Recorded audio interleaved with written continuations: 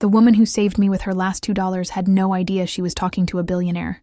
She also had no idea I was supposed to marry someone else in 3 weeks. By the time she found out, it was too late. For both of us.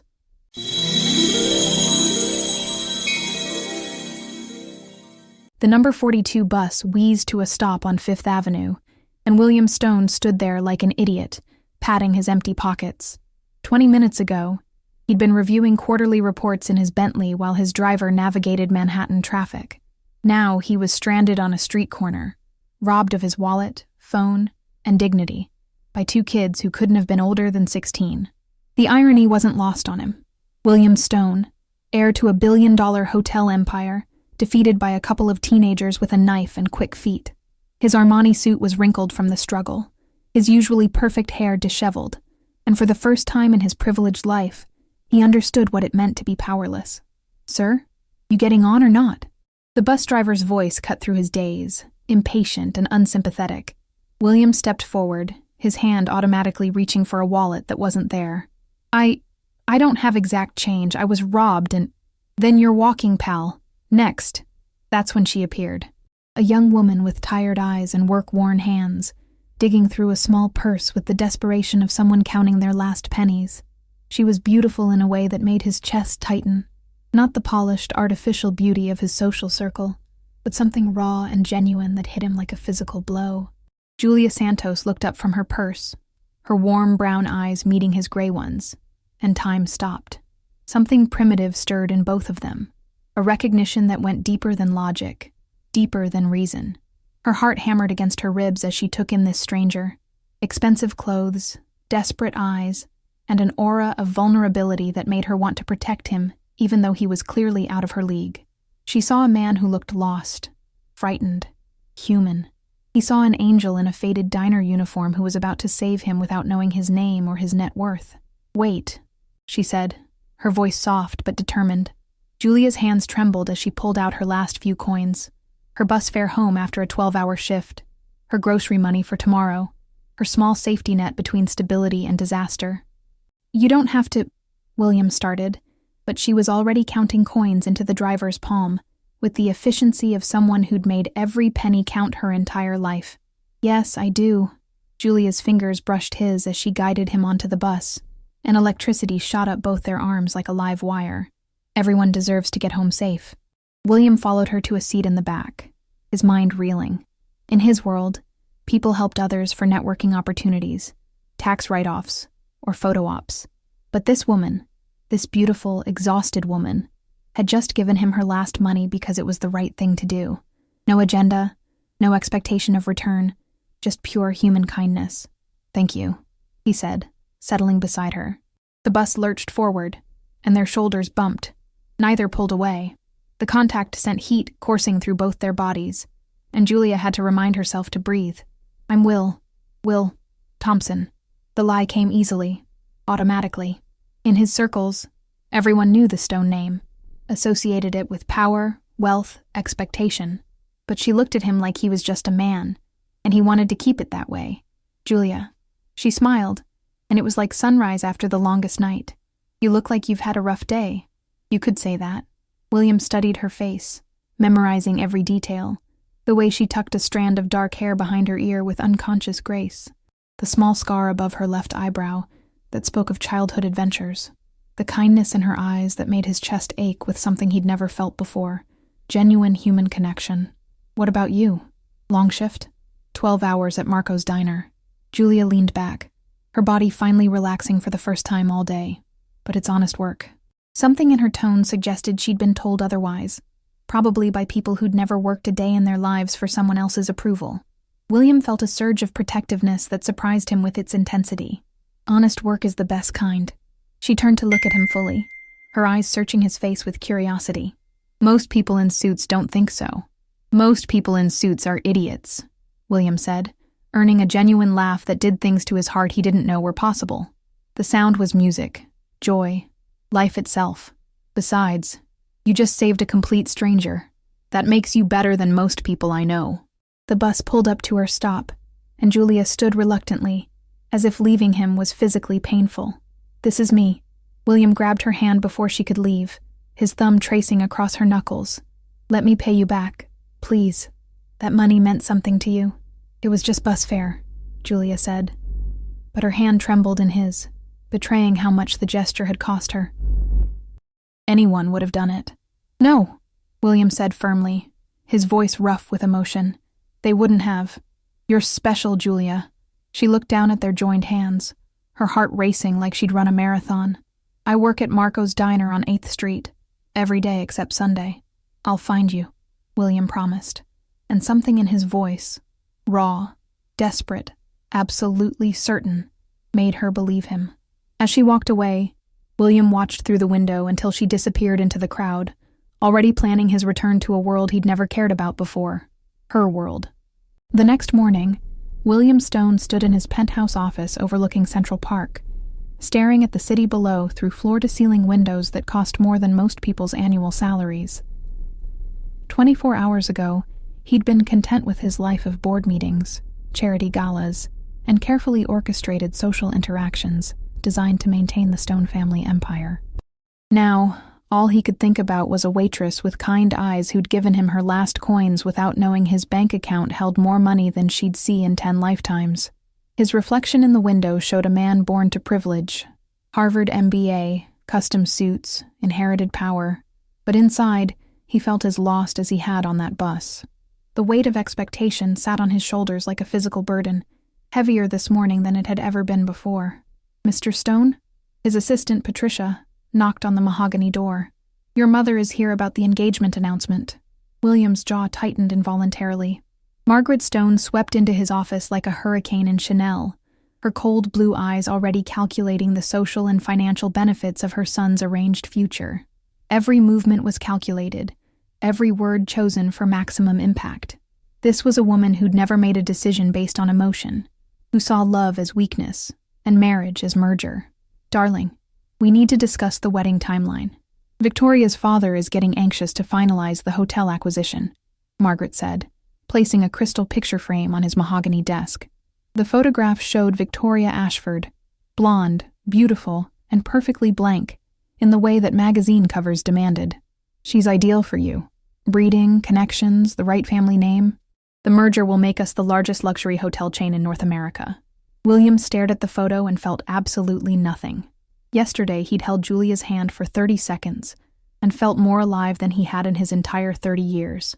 "I need time to think about this." "Think about what?" "You've known Victoria since childhood.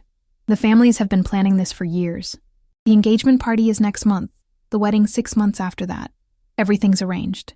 Margaret's tone brooked no argument, the same tone she'd used when dictating his childhood, his education, his career path. But for the first time, William felt something rebellious stirring in his chest. After Margaret left, trailing the scent of expensive perfume and uncompromising expectations, William made a decision that would change everything. He would find Julia again, but not as William Stone, billionaire heir with a trust fund and social obligations. He would be Will Thompson, a man who worked in hospitality. Technically true, since the Stone family owned a chain of luxury hotels spanning 3 continents. He would discover if what he'd felt on that bus was real, or just the product of a traumatic day and romantic delusion. For the first time in his life, he would choose his own path, even if it meant living a lie to find the truth. Meanwhile, Julia Santos was trying to forget the strange encounter with the handsome stranger, but failing miserably. As she served coffee and took orders at Marco's Diner, a cramped, outdated establishment that smelled of grease and broken dreams, she kept looking toward the door, hoping to see those gray eyes again. Every time the bell chimed, her heart jumped. Every man in a suit made her pulse race with disappointment when it wasn't him. "You're distracted today," Marco observed, his thick Italian accent cutting through her daydreams. "That man, he got under your skin, yes?" Julia blushed, focusing harder on wiping down tables that were already clean. "I don't know what you mean. I've been running this place 40 years, cara mia. I know the look of a woman in love."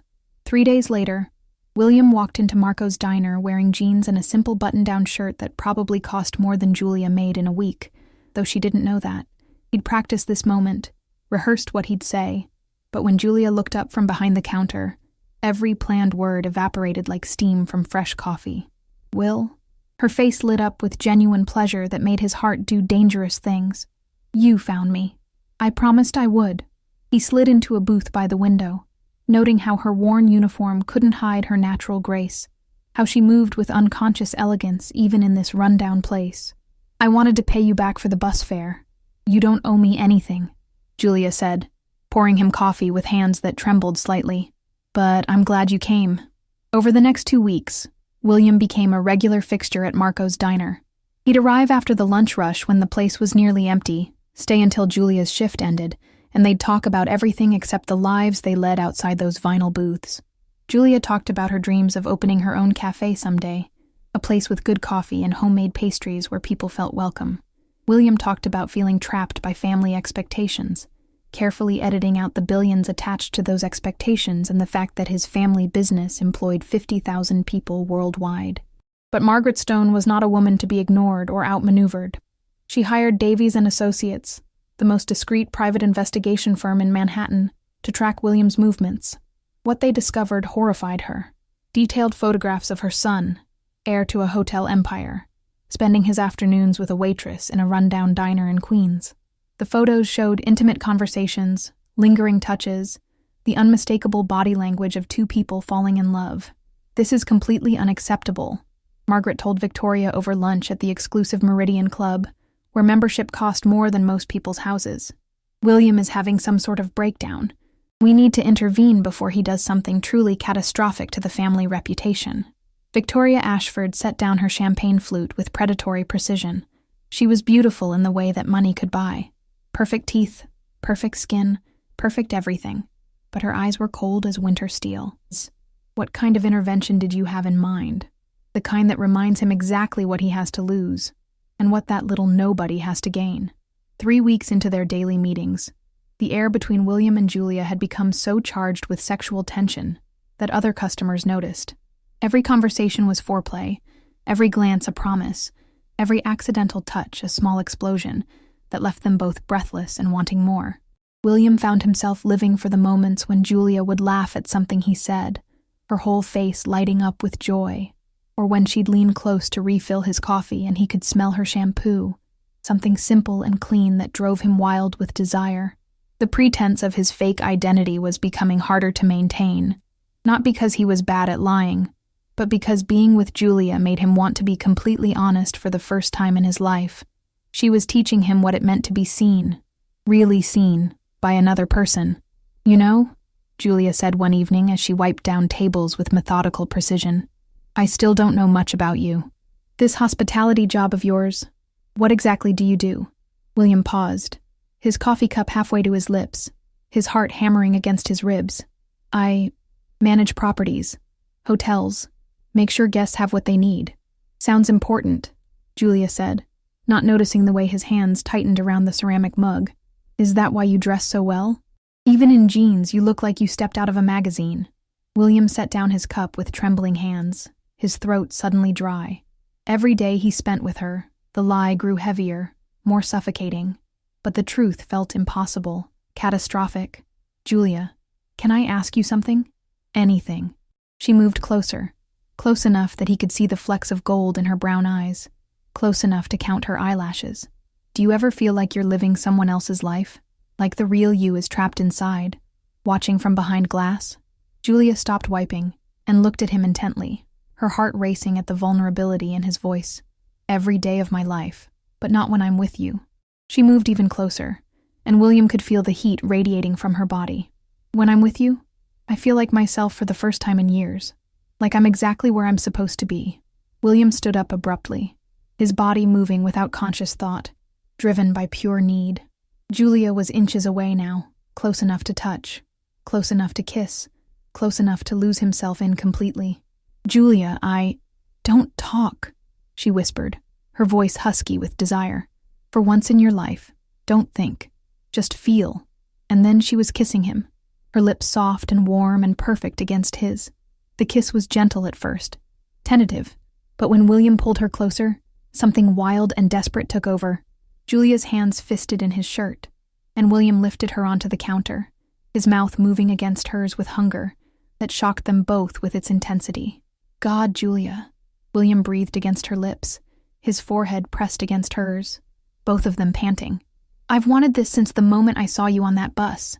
Then why did you wait so long?"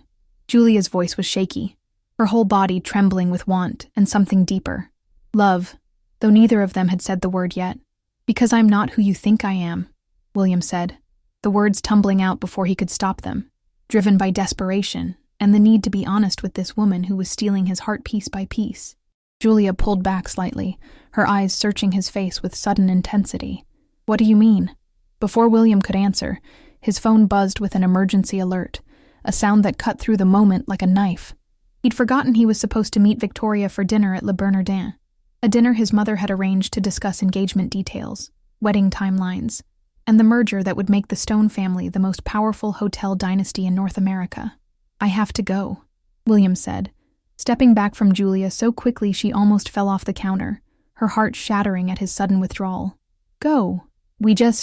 Julia's voice cracked, and she wrapped her arms around herself as if she could hold the pieces together. "What just happened here, Will?" William's phone kept buzzing relentlessly, text after text from his mother, each more urgent and threatening than the last. "Meet Victoria at Le Bernardin, 8 p.m. Do not disappoint me. The Ashfords are expecting you. This is about more than your personal feelings, William." "I'm sorry. This is important," William said, grabbing his jacket with shaking hands, avoiding her eyes because he couldn't bear to see the hurt there. "More important than this?" Julia gestured between them, her voice breaking completely. "More important than what we just shared?" William wanted to say no, wanted to throw his phone across the room and pull her back into his arms, wanted to tell her that she was the most important thing in his world. But duty and obligation were chains forged in childhood, trained into him since birth, stronger than desire. "I'll explain everything tomorrow," he said, hating himself for the lie, for the way her face crumpled. "Will, wait."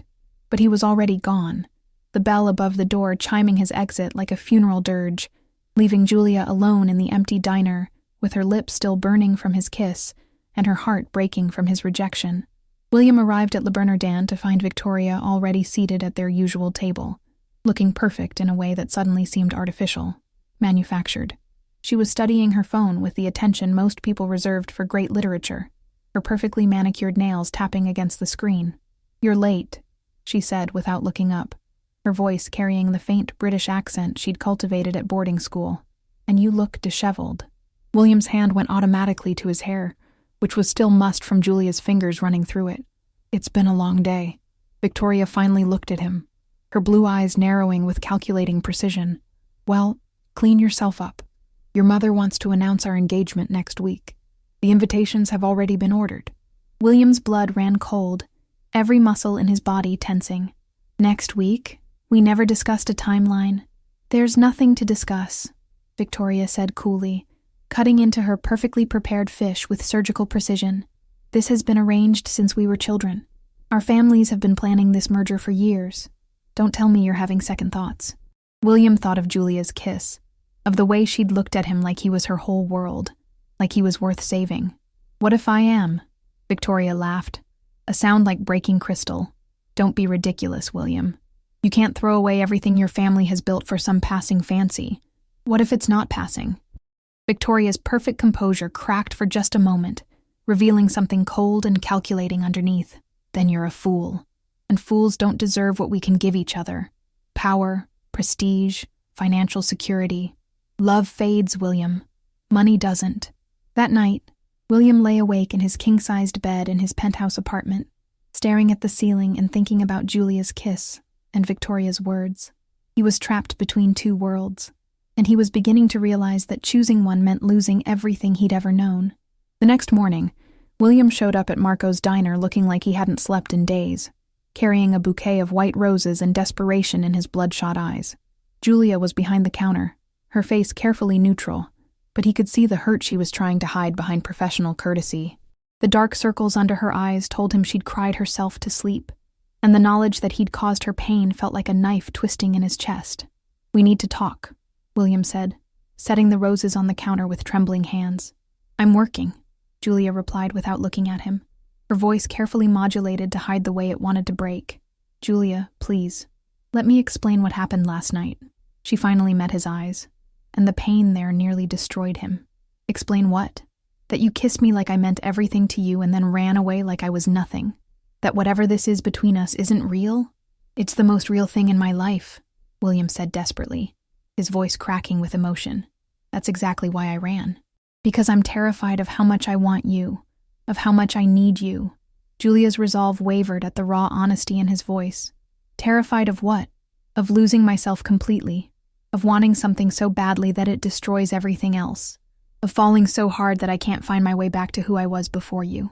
William moved closer to the counter, his hands pressed flat against the worn formica.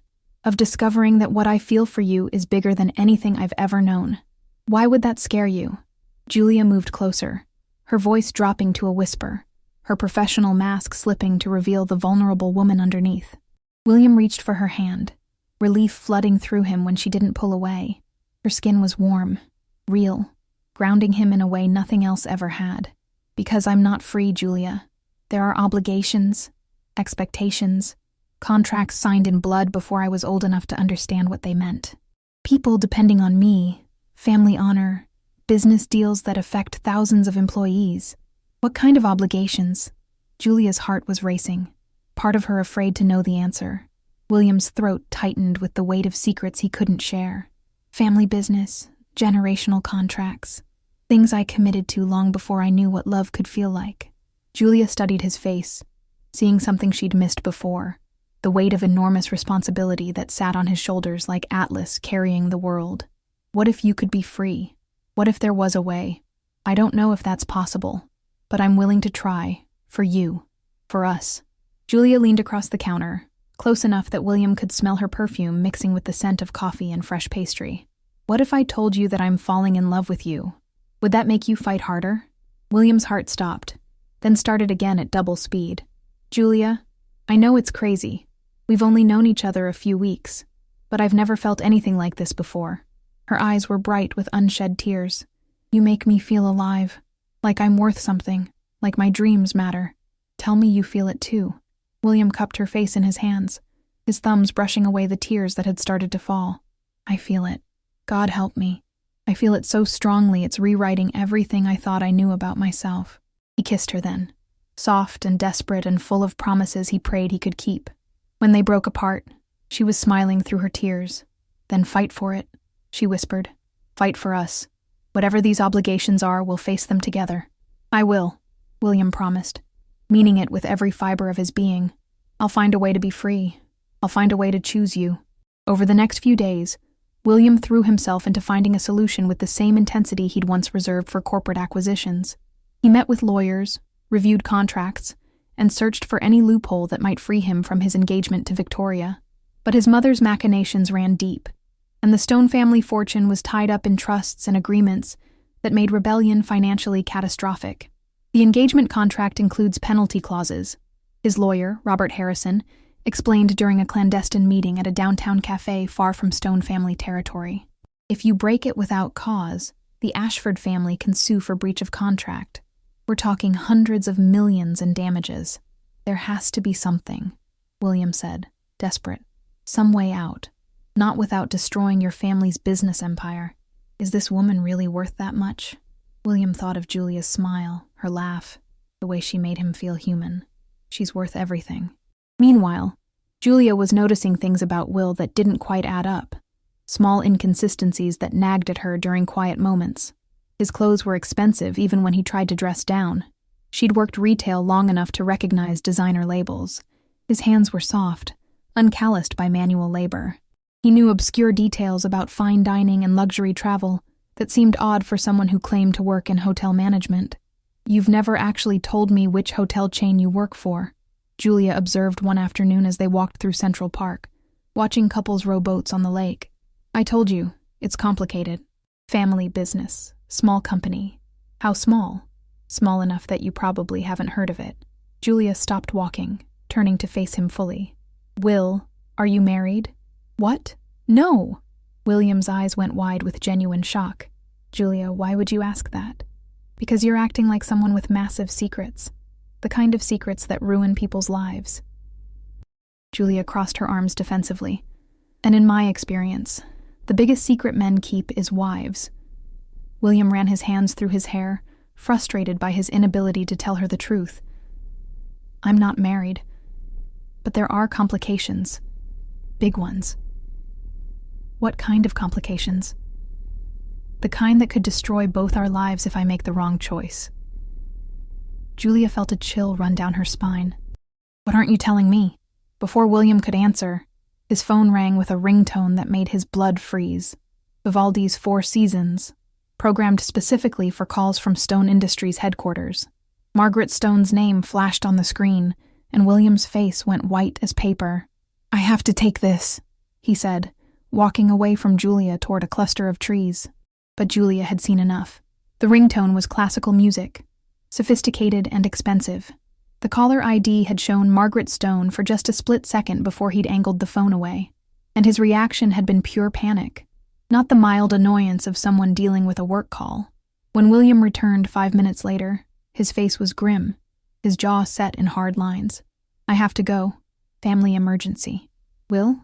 What's going on? Who was that? I can't explain right now, but I promise I'll tell you everything soon. When? When will you tell me? Because I'm tired of promises, Will.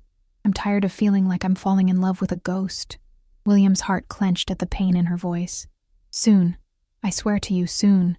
As William walked away, Julia felt the ground shifting beneath her feet. She was falling for a man she didn't really know, and every instinct told her that his secrets were bigger and more dangerous than she'd ever imagined. The family emergency was real and immediate. Margaret Stone had discovered William's visits to the diner through her private investigator's surveillance photos. The confrontation in his office was volcanic, decades of control and manipulation erupting in a single devastating conversation. You will end this pathetic infatuation immediately, Margaret said, slamming a folder of photographs onto his desk. Images of him and Julia kissing, holding hands, looking at each other with obvious love. Do you have any idea what you're risking? The Ashford merger is worth $3 billion. $3 billion, William. I don't care about the money, William said, but his voice lacked conviction. Then care about the 50,000 people who work for Stone Industries. Care about the pension funds that depend on our stock price. Care about the legacy your father and grandfather built. Margaret's voice turned icy. Or don't care, and watch it all crumble because you couldn't keep your hands off a waitress. The weight of responsibility crashed down on William like an avalanche. 50,000 employees, retirement funds, charitable foundations, his father's legacy, everything his family had built over 4 generations, balanced against his love for one woman. I need time to think, William said weakly. You have until tomorrow to end it. Cleanly, permanently, or I'll end it for you, and trust me, my methods are less gentle than yours. William knew his mother well enough to understand the threat. Margaret Stone didn't make idle promises, and she had the resources to destroy Julia's life in a dozen different ways if she chose to. I have to go out of town for a few days, William told Julia the next morning at the diner, the lie tasting like poison in his mouth. Work crisis. More mysterious work, Julia said, not looking up from the coffee she was pouring with unnecessary precision. Julia, please don't be angry with me. I'm not angry. I'm exhausted. She finally met his eyes, and he saw something there that terrified him. The beginning of resignation. Every time we get close, you pull away. Every time I ask about your life, you give me vague answers. I'm starting to think you don't trust me at all. That's not true. You're the only person I've ever truly trusted. Then prove it. Tell me something real about yourself. Something that matters. Something that explains why you keep disappearing. William felt the walls closing in around him, crushing the air from his lungs. I can't. Not yet. Can't or won't. Julia, please. You have to trust me just a little longer. Julia set down the coffee pot and turned to face him fully, her expression breaking his heart. I've been trusting you. I've told you my dreams, my fears, my hopes for the future. I've opened my heart to you completely. And you won't even tell me your real last name. William's throat tightened with guilt and desperation. It's Thompson. I told you. You've told me a lot of things, Julia interrupted, her voice quiet but firm. But I'm not sure I believe any of them anymore, and I can't keep falling for someone who might not even exist. The hurt in her voice was like a physical blow. Julia, you have to understand. No, I don't have to understand anything, because you're not giving me anything to understand. Julia's voice was getting stronger, more resolved. Whatever this is between us, it's not going to work if you can't be honest with me. Love requires trust, Will, and trust requires truth. William reached for her, but she stepped back, wrapping her arms around herself protectively. Don't. Whatever this is between us, you're destroying it with your lies and your cowardice. I'm trying to protect you. From what? From the truth? From your real life? Julia laughed bitterly. You're protecting me from nothing, Will. You're just protecting yourself. William wanted to argue, wanted to tell her that he was fighting for them, that he was trying to find a way to make their impossible love possible. But the words wouldn't come, because deep down, he knew she was right. He was destroying them with his inability to choose her over everything else.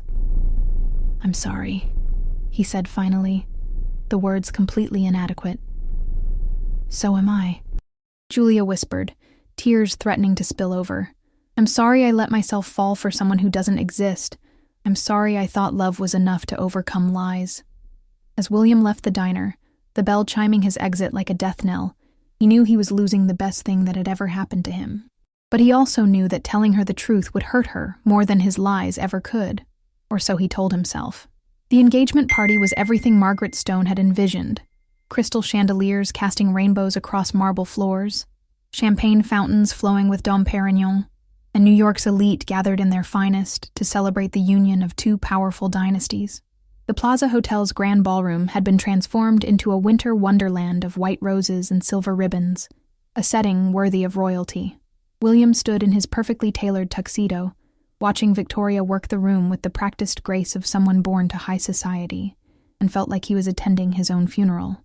Every smile felt forced, every conversation meaningless. He was a puppet going through the motions while his heart bled for the woman he'd left behind. Smile, darling, Margaret whispered, as she glided past him in her Valentino gown. This is supposed to be the happiest day of your life. The photographers are watching your every expression. William forced a smile and tried to ignore the society photographers capturing every moment for tomorrow's headlines. By morning, his engagement would be front-page news in every publication from the New York Times to Vanity Fair. 300 miles away, Julia was having the worst day of her life. Marco had made his decision final. The diner was being sold to developers who planned to tear it down and build luxury condominiums. She'd been given 2 weeks' notice and a severance check that wouldn't cover next month's rent. Her landlord was threatening eviction. Her younger brother needed money for textbooks. Everything was falling apart, and the one person she wanted to talk to had vanished into whatever mysterious world he really inhabited. You look like someone ran over your puppy, said Maria, the other waitress, as Julia mechanically cleaned tables that were already spotless. Maybe you should go home early. I need the hours, Julia muttered, scrubbing at a stain that existed only in her imagination. Maria picked up a discarded magazine from one of the tables, her eyes widening at the cover story. Holy shit, Julia. Look at this.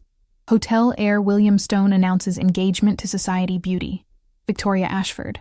Julia's blood turned to ice, every muscle in her body freezing as Maria held up the magazine. The glossy cover showed a devastatingly handsome man in a tuxedo, his arm around a blonde woman in a designer gown that probably cost more than Julia made in a year. The man was Will. Her Will. Except his name wasn't Will Thompson at all. Oh my God, Julia whispered, her hands shaking as she grabbed the magazine from Maria's suddenly sympathetic hands. William Stone, 30, heir to the Stone Hotel empire worth an estimated $4.2 billion, announced his engagement to Victoria Ashford, daughter of real estate mogul Charles Ashford, at an intimate gathering of 300 guests at the Plaza Hotel.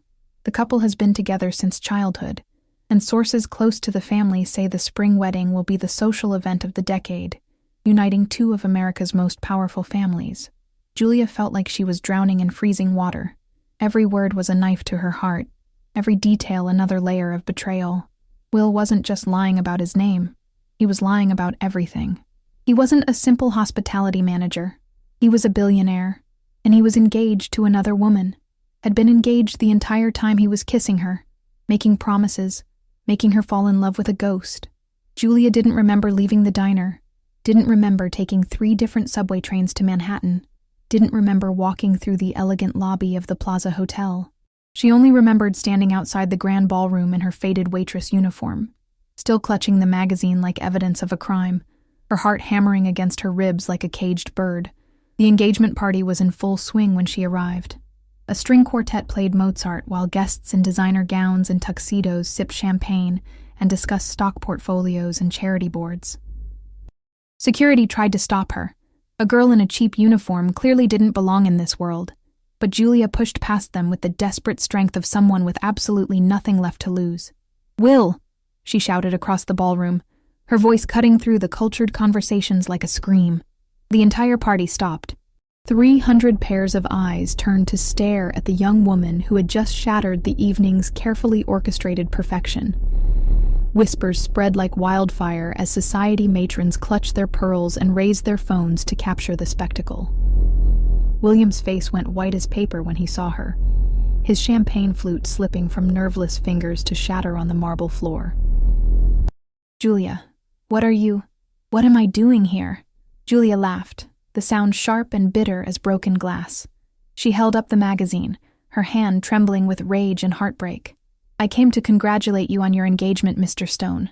Billionaire hotel heir William Stone." Victoria moved to William's side with predatory grace, her blue eyes narrowing as she took in Julia's appearance with calculated disdain. "Who is this person, darling? Did security let in someone from the catering staff?" "I'm the fool who fell in love with a lie," Julia said, her voice carrying across the silent ballroom with devastating clarity. "I'm the woman who gave her last coins to a man who has billions. I'm the idiot who believed that someone like him could actually love someone like me." "Julia, please."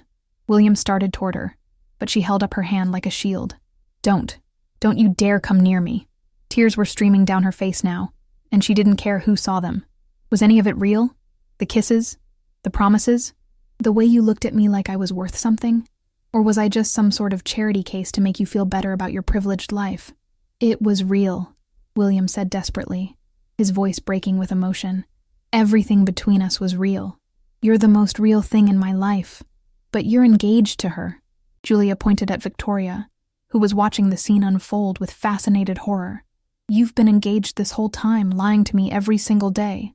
"The engagement isn't real," William said, stepping closer despite her warning. "It's business, a merger between families. I don't love her. I've never loved her." Victoria's face flushed with humiliation and rage. "How dare you? I love you," William said to Julia, his voice raw with desperation. "I love you more than I've ever loved anything in my life, and I was going to tell you everything. I was going to break the engagement and choose you." Julia looked around the ballroom, taking in the shocked faces of New York's elite, the cameras flashing, the woman in the designer gown who was supposed to be William's bride. When were you going to tell me? After the wedding? After you'd had your fun with the poor little waitress? I was trying to find a way to be free. There is no way." Julia's voice cracked like a whip. "Look around, Will. Look at this world. Look at me. We don't belong in the same universe, and you knew that from the beginning." What happened next would be replayed in gossip columns and social media for months to come. William Stone, heir to billions, walked away from his engagement party in front of 300 guests to chase after a waitress. In front of photographers, society reporters, and his horrified mother, he chose love over duty in the most public way possible. "Julia, wait!" William caught up with her in the hotel lobby, grabbing her arm as she tried to push through the crowd of curious onlookers who had followed the drama from the ballroom. "Let go of me," Julia said, but her voice lacked conviction, her body betraying her by leaning into his touch despite her anger. "No, not until you listen to me." William's eyes were wild with desperation, his perfect hair disheveled, his bow tie undone. "I choose you. I choose us. The engagement is over. Finished. Done." "You can't just decide that," Julia said, even as her heart wanted to believe him. "Your life isn't that simple. Nothing about your world is simple." "Yes, I can. And I am." William turned to face the crowd that had followed them from the ballroom, his voice carrying across the marble lobby. "The engagement is off. I'm in love with someone else, and I choose her over everything." The silence that followed was deafening, pregnant with shock and scandal. Then Margaret Stone's voice cut through the air like a blade forged in ice. "William Stone, if you walk out that door with that woman, you are no longer my son. You will be cut off from everything. Your trust fund, your position in the company, Your inheritance. Everything your father and grandfather built will be lost to you forever.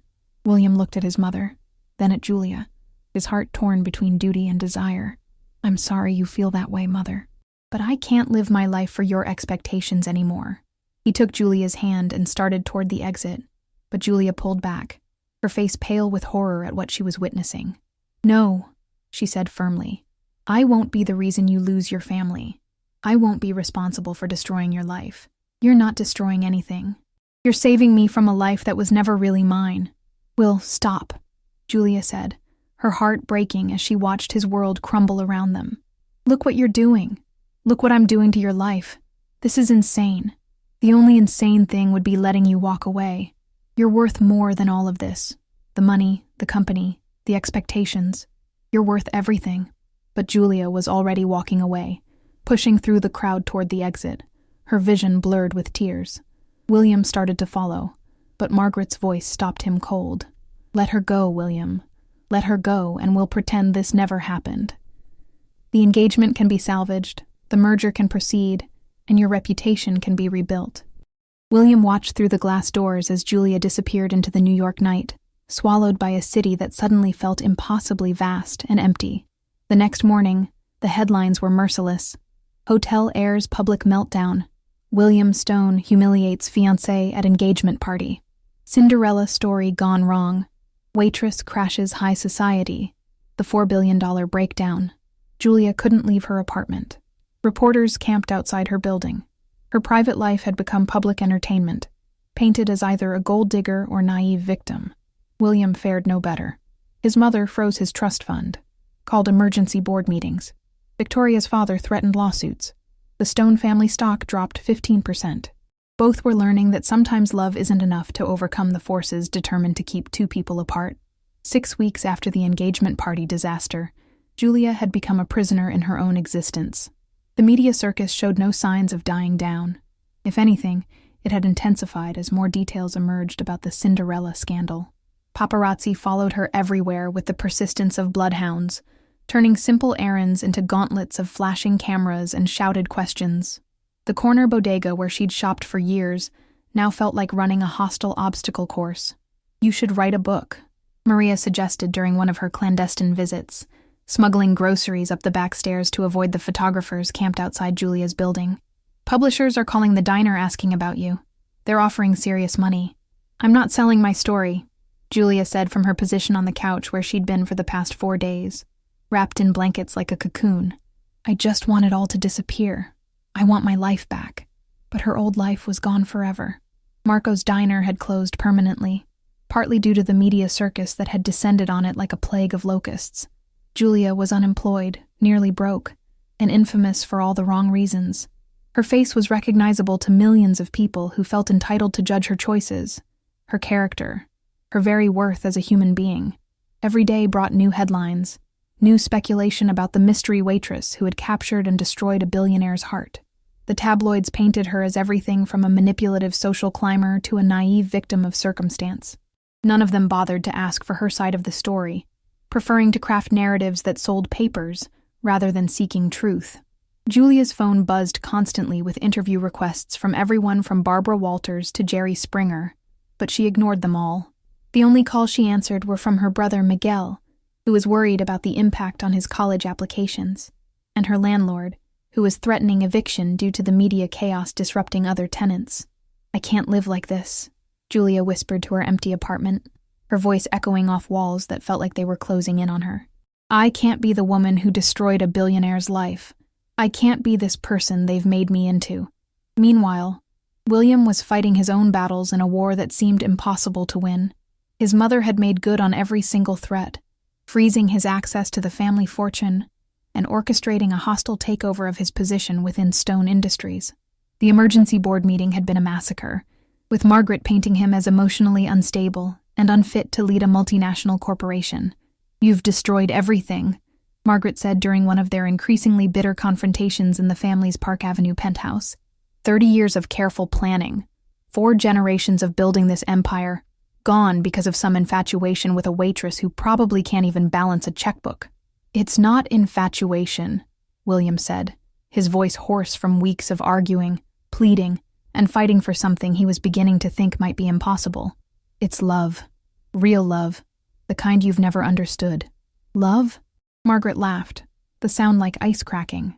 You think that girl loves you? She's probably negotiating movie deals right now, selling your private moments to the highest bidder. Look at the headlines, William. Look at what she's cost us. The catalyst that changed everything came in the form of a tabloid article that made William's blood run cold when he saw it at a newsstand during one of his increasingly rare ventures outside his apartment. The headline screamed across the front page in bold red letters. Exclusive.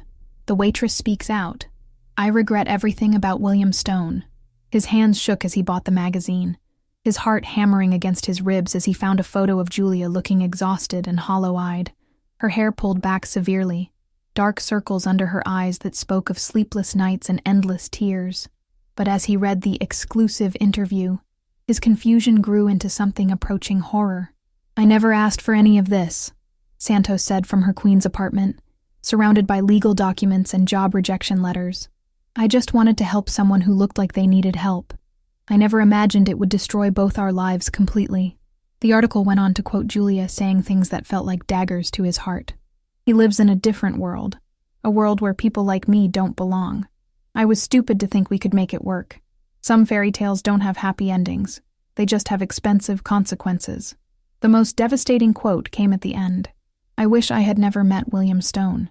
I wish I had kept my coins that day and minded my own business. Love isn't worth this kind of destruction. Some people are meant to stay in their own worlds.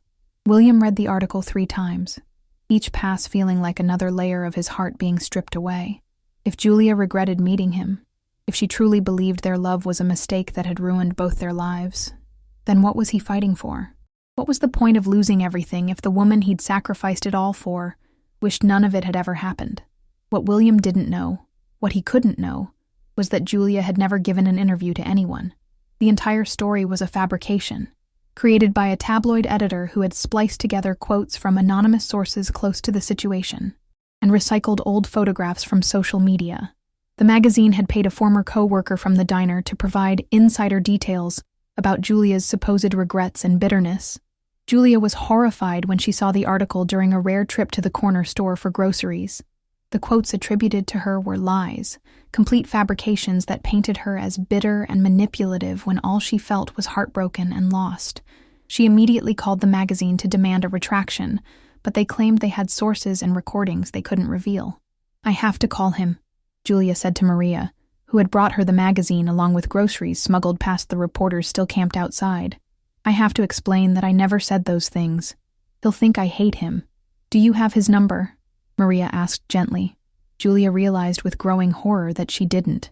She'd never had William's real contact information, only the number for the prepaid phone he'd been using while pretending to be Will Thompson, a phone that had been disconnected for weeks, its number leading only to an automated message about discontinued service. At the same time, William was reading the fabricated article and feeling his world crumble into dust. If Julia had moved on, if she truly regretted their relationship and blamed him for destroying her life, then perhaps it was time for him to do the same.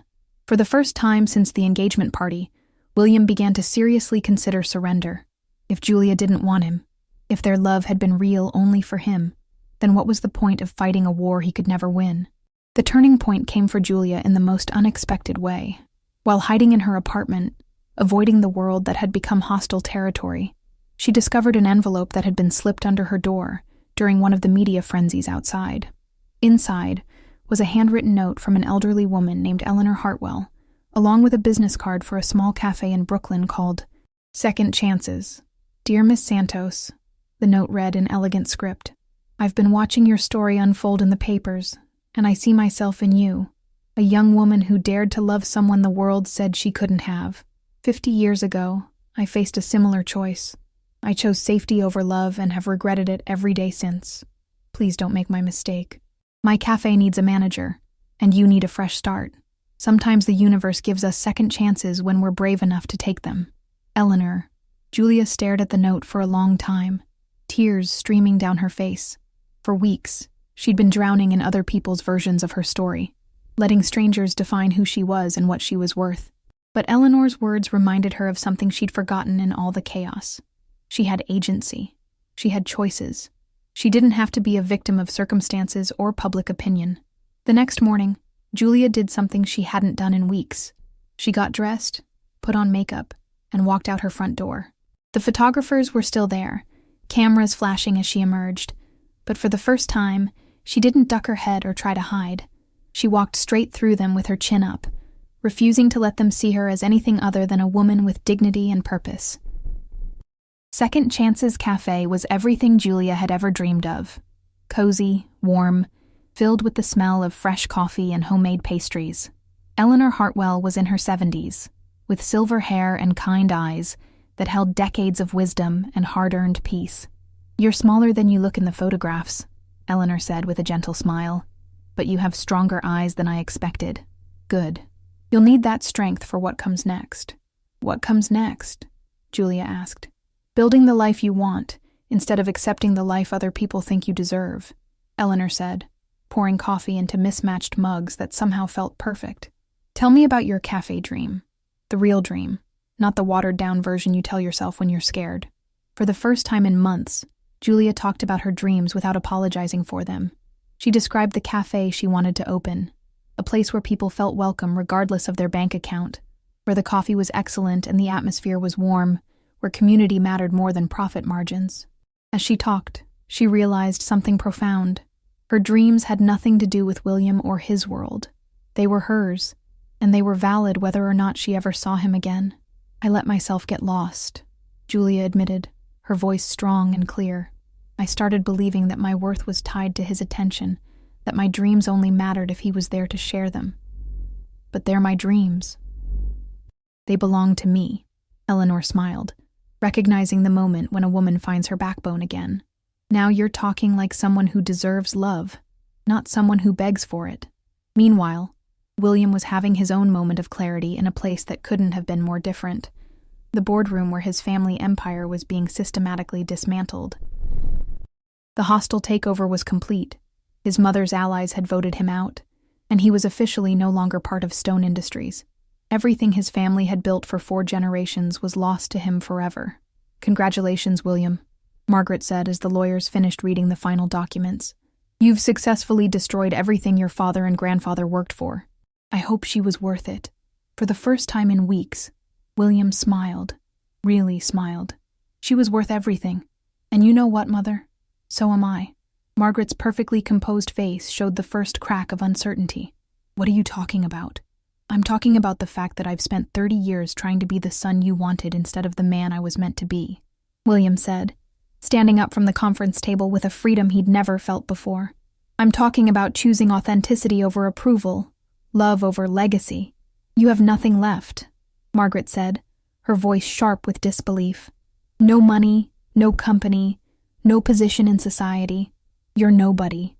I'm somebody who knows the difference between having everything and having what matters," William said. "And for the first time in my life, I'm going to find out who I really am, when I'm not performing for your expectations." That evening, William did something he hadn't done since childhood. He cooked his own dinner in the small studio apartment he'd rented with the last of his personal savings. It was humble, nothing like the penthouse he'd grown up in, but it felt more like home than anywhere he'd ever lived. As he ate pasta from a mismatched bowl, he realized he needed to find Julia and tell her the truth, not just about his identity, but about what she meant to him and who he wanted to become. But first, he needed to prove to himself that he could be worthy of her love. The man who had lied to her, who had let fear drive his choices, who had sacrificed their relationship on the altar of family expectations, that man didn't deserve Julia Santos. But maybe, with work and courage and absolute honesty, he could become someone who did. William spent the next few days researching everything he could about Julia's real dreams.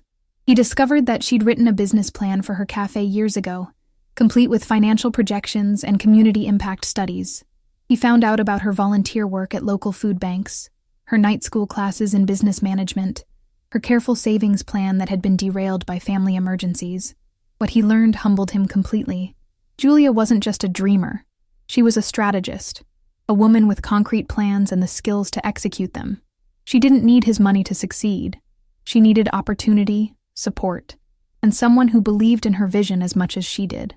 I want to invest in small businesses, William told his former assistant, Patricia. Specifically, I want to help women entrepreneurs who have been overlooked by traditional funding sources. With what money, William? Your mother froze all your accounts. I still have my personal savings, and I'm going to liquidate everything else I own. William's voice was steady, determined. I'm going to start a foundation that gives microloans to women with big dreams and small bank accounts. 2 months after losing everything, William finally found Julia through a stroke of luck and determination that would have seemed impossible in his former life. A food blogger had posted about the Hidden Gem Cafe in Brooklyn, where the mysterious waitress from the Stone scandal has found peace, complete with photos of Julia behind the counter at Second Chances, looking happier and more confident than he'd ever seen her. William stood outside the cafe for 20 minutes, gathering courage he hadn't known he possessed.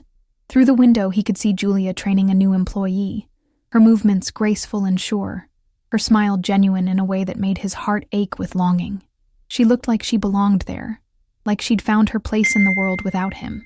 When he finally walked through the door, the little bell chimed just like at Marco's diner. Julia looked up from the espresso machine and froze, her face cycling through shock, pain, and something that might have been hope before settling into careful neutrality. "Hello, Julia," William said, his voice rough with emotion. "My name is William Stone, and I owe you the truth." The cafe fell silent. The few customers looked between them with growing recognition, phones appearing as people realized they were witnessing the next chapter of a story that had captivated the city. "I know who you are," Julia said quietly, her hands steady as she continued steaming milk. "I've always known Will. I figured it out weeks before the engagement party." William's world tilted on its axis. "You knew? How?" "You left your wallet on the counter one day. I saw your real ID when I tried to return it." Julia's smile was sad, but not bitter. "I knew you were lying about your name, your job, probably everything else. But I also knew why. Why didn't you say anything?" "Because I was scared that if I confronted you about the lie, you'd disappear," Julia said, finally meeting his eyes. "And because I hoped that eventually you'd trust me enough to tell me the truth." William felt like he was drowning in regret and possibility. "I was a coward. I was so afraid of losing you that I lost you anyway." "You didn't lose me because of the lies, William," Julia said, moving closer to the counter that separated them. "You lost me because you chose your family's expectations over our relationship. You lost me because when it mattered most, you weren't willing to fight for us." "I'm willing to fight now," William said desperately. "I lost everything. The money, the company, my family. But I realized that none of it mattered without you. I choose you, Julia. I choose us. Not because I have nothing left to lose, but because you're the only thing worth having." Julia studied his face, seeing something different there, a peace that hadn't existed before, a certainty that went deeper than desperation. "What are you saying?" "I'm saying that I love you, not as William Stone the billionaire, but as Will Thompson, the man who was saved by your kindness. I'm saying that I want to build a life with you, not in my world or your world, but in a world we create together." William reached into his jacket and pulled out a folder thick with legal documents. "I liquidated everything I owned and started a foundation that gives microloans to women entrepreneurs.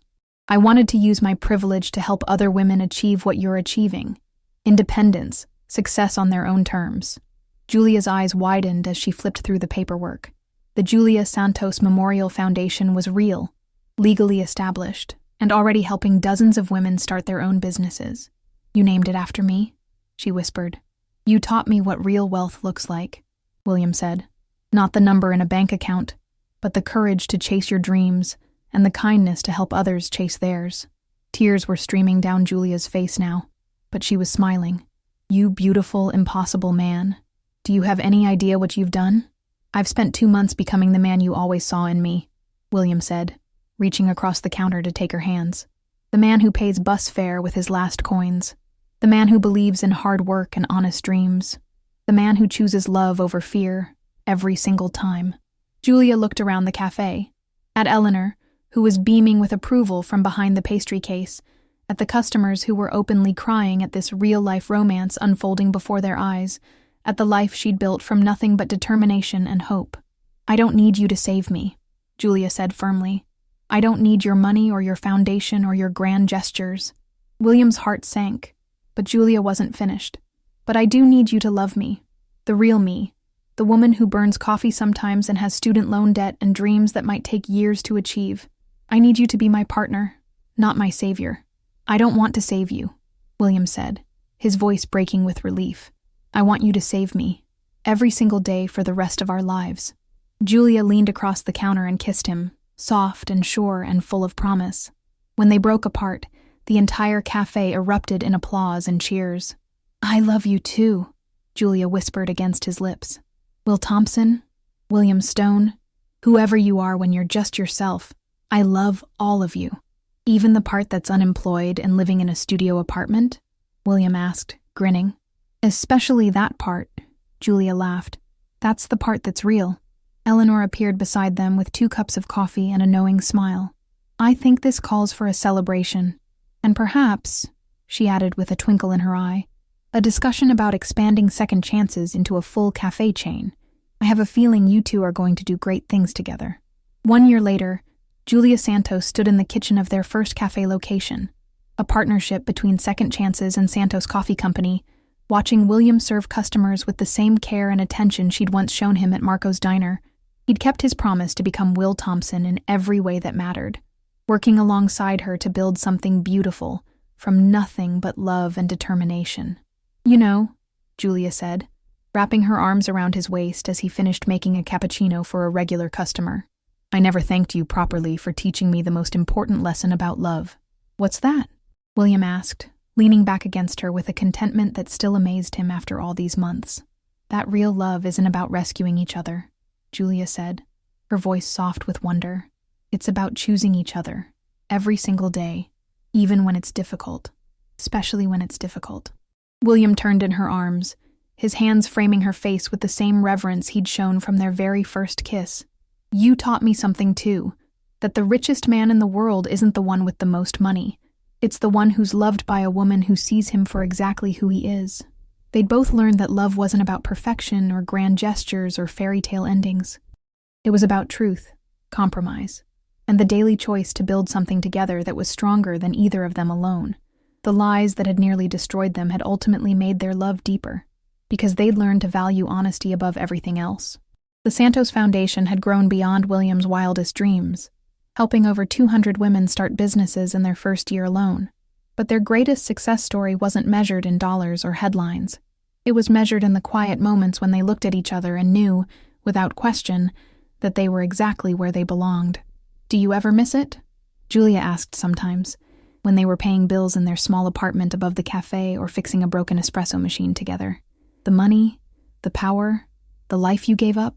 Never, William would answer, and he always meant it. I gave up an inheritance, but I gained a life worth living. 2 years after their reunion at Second Chances, William proposed to Julia in the same cafe where they'd found their way back to each other. But instead of a diamond ring worth more than most people's houses, he offered her something far more precious, a key to their second location, and a partnership agreement that made them equal owners of everything they'd built together. Will Thompson, Julia said, laughing through her tears as she looked at the simple gold band he'd chosen. Are you asking me to marry me or go into business with me? Both, William said, grinning as he slipped the ring onto her finger. I'm asking you to be my partner in everything. Love, life, and the best coffee in Brooklyn.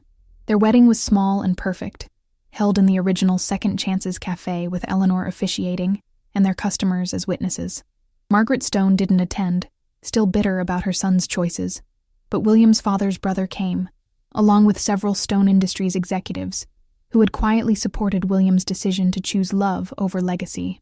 You know the best part about our love story? Julia said during their first dance to music played on Eleanor's old radio. What's that? We didn't need a happy ending, Julia said, her eyes bright with joy and certainty. We just needed a real beginning. Santos Coffee Company grew slowly but steadily, fueled not by inherited wealth, but by hard work, community support, and the kind of authentic success that can't be bought. Each new location was a testament to what two people could build when they chose partnership over power, love over luxury. 5 years after Julia had given her last coins to a stranger on a bus, she stood in their flagship cafe, watching William teach their 3-year-old daughter, Elena, how to make the perfect cup of hot chocolate. Eleanor, now in her 80s but still sharp as a tack, bounced their 6-month-old son, Marcus, on her lap while telling stories about the old days when love seemed impossible. "Mommy," Elena said, tugging on Julia's apron, "Daddy says you saved him on a bus. Is that true?" Julia looked at William, who was smiling at her with the same love and wonder he'd shown since that very first day. "No, mija," Julia said, lifting her daughter into her arms. "We saved each other. That's what people do when they really love each other. They save each other every single day." As the afternoon sun streamed through the windows of the cafe they'd built together, Julia realized that the fairy tale she'd always dreamed of wasn't about finding a prince. It was about finding someone willing to build a kingdom together, one cup of coffee and one act of love at a time. Your heart knows the way. Subscribe and follow the beauty.